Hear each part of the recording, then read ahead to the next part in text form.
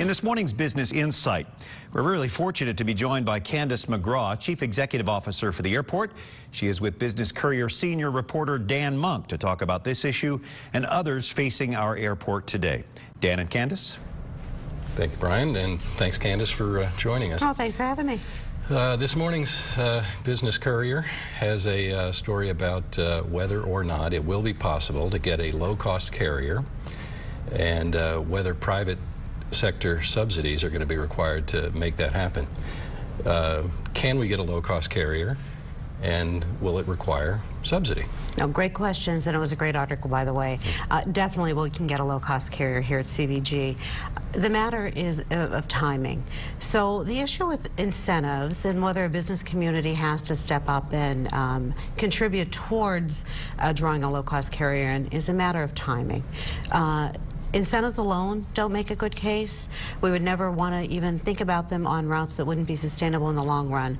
But what incentives do is accelerate an airline looking at you for entry. They become very commonplace in the industry. All the carriers with whom we have spoken talk about them. I think you referenced perhaps in your article that this year alone we've met with 30 different airlines. Over 50 times we've had different carrier meetings, so we're actively and aggressively pursuing air service. And you seem pretty confident we're going to get a low-cost carrier. Definitely. And again, it's just a matter of timing. You know, people shouldn't go out and make their Christmas holiday plans right now, but it's just a matter of time, and we will secure one.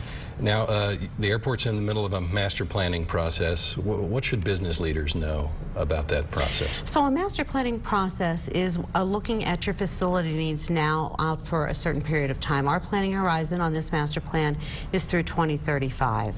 And what it looks at is what your facility needs are to accommodate your business growth over the course of that time. Traditionally, our master plans has looked at airfield development, and we have one of the most premier airfields in this country. But what we don't have is proper landside access to facilitate local passenger growth. So we're looking at things like consolidated rental car facilities, increased parking garages, more covered parking, how to get passengers to and through the airport more quickly.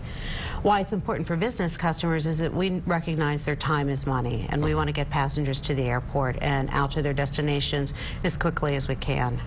All right. There's also a land development piece to this, right? Huge land development piece. We have about 7,500 acres on the airport. Several hundred acres of that is available and ripe for development now. And what we've looked at in the master plan is what is the highest and best use for certain tracts of land. What we'd like to do is develop the land in a way that makes sense to sustain our core business. Right now, you know, DHL is booming, and we'd like to develop an economic development strategy around that.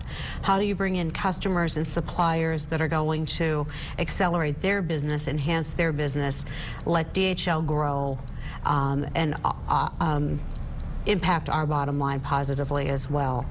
One of the things for development is that we will not be selling our land. It's been the policy of the board, and one which I wholeheartedly concur, that we'll hold on to our land, lease it under long-term leases for a sustainable revenue source for the airport business over years. Okay.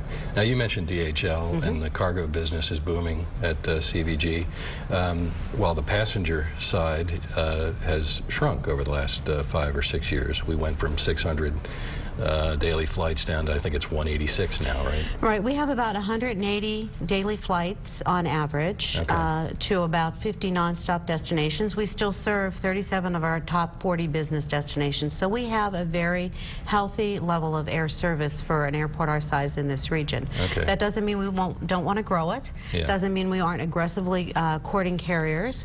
We'd like to bring those low-cost carriers in, and we realize that we can grow our passenger base.